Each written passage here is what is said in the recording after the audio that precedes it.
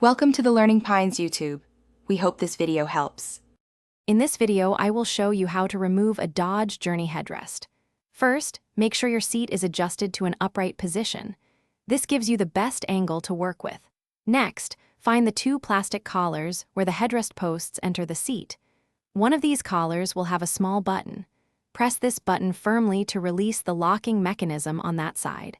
This is the first crucial step to free the headrest. Now that one side is released, let's tackle the other.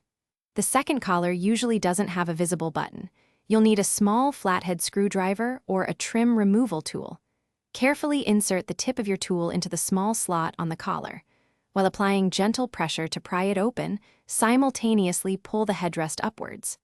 This action should release the second post, allowing the headrest to move freely. With both posts now disengaged, the headrest should slide out easily. Simply pull it straight up and away from the seat.